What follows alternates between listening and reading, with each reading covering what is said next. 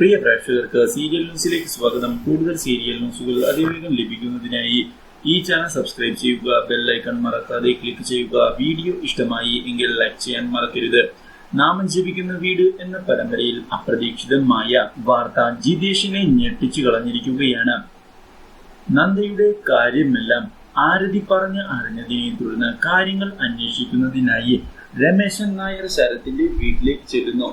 ഇതേ തുടർന്ന് ശരത്തിന്റെ വീട്ടിൽ വെച്ച് കാര്യങ്ങളെല്ലാം അന്വേഷിക്കുന്നതിനായി രമേശൻ നായർ ശ്രമിച്ചതിനെ തുടർന്ന് നന്ദ കാര്യങ്ങളെല്ലാം തുറന്നു പറയുകയും തനിക്കിവിടെ യാതൊരു പ്രശ്നവുമില്ല എന്ന് അറിയിക്കുകയും ചെയ്യുന്നു.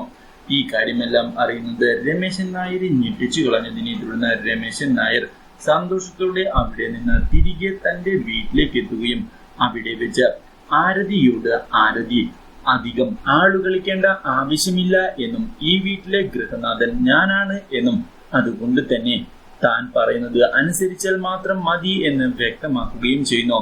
ആരതിയുടെ വാക്കുകേട്ട് താൻ നന്ദയെ കാണുന്നതിനായി പോയിരുന്നുവെന്നും നന്ദയോട് കാര്യങ്ങൾ വിശദമായി ചോദിച്ചറിഞ്ഞതിനു ശേഷമാണ് താൻ ഇവിടേക്ക് വന്നിരിക്കുന്നത് എന്നും നന്ദയുടെ വിവാഹം നടത്തിക്കൊടുത്തതുകൊണ്ട് തന്നെ വലിയ ആളായി എന്നുള്ള അഹങ്കാരമൊന്നും വേണ്ട എന്നും വ്യക്തമാക്കുന്ന രമേശൻ നായർ അവൾ അവിടെ സുഖമായി ജീവിക്കുകയാണ് എന്നും അവളുടെ ജീവിതം തകർക്കുന്നതിന് വേണ്ടിയുള്ള ശ്രമങ്ങളൊന്നും ഇനി ആരതിയുടെ ഭാഗത്തു നിന്ന് ഉണ്ടാകാതിരുന്നാൽ മതി എന്ന് വ്യക്തമാക്കി അവിടെ നിന്ന് പോവുകയും ചെയ്യുന്നു. പ്രതീക്ഷിതമായ ഈ തിരിച്ചടി ആരതിയെ ഞെട്ടിച്ചു കളയുകയും ആരതി എന്താണ് ചെയ്യേണ്ടത് എന്നറിയാൻ പകച്ചു പോവുകയും ചെയ്യുന്നു.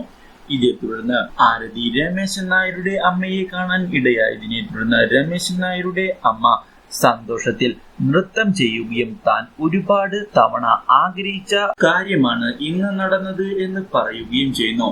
രമേശൻ നായരുടെ അമ്മയുടെ വാക്കുകൾ ആരതിയുടെ മനസ്സിനെ വേദനിപ്പിക്കുന്നു. എന്നാൽ ഇതേ സമയം ജിതേഷിനെ ഫോൺ ചെയ്യുന്ന സേതുലക്ഷ്മി അത്യാവശ്യമായി കാണണം എന്നുള്ള കാര്യം പറഞ്ഞതിനെ തുടർന്ന് സേതുലക്ഷ്മിയെ കാണുന്നതിനായി ജിതേഷ് എത്തുകയും ഗൾഫിലേക്ക് തിരികെ പോയി എന്നാണല്ലോ താൻ അറിഞ്ഞത് എന്ന് ചോദിക്കുകയും ചെയ്യുന്നു.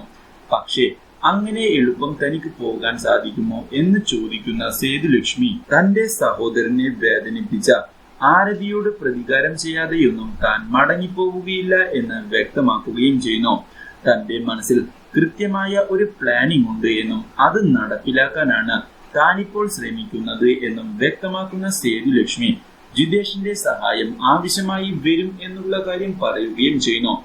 എന്താണ് സേതുലക്ഷ്മിയുടെ മനസ്സിലുള്ളത് എന്ന് ചോദിച്ചതിനെ തുടർന്ന് താനൊരു ചതി ആരതിക്ക് വേണ്ടി ഒരുക്കി വെച്ചിട്ടുണ്ട് എന്നും ആ ചതി ഒരു സസ്പെൻസ് ആണ് എന്നും ആ ചതി പുറത്തേക്ക് വരുമ്പോൾ ആരതിയുടെ കുടുംബം ചിന്ന ഭിന്നമായി പോകും എന്നുള്ള കാര്യവും സേതുലക്ഷ്മി തുറന്നു പറയുന്നു.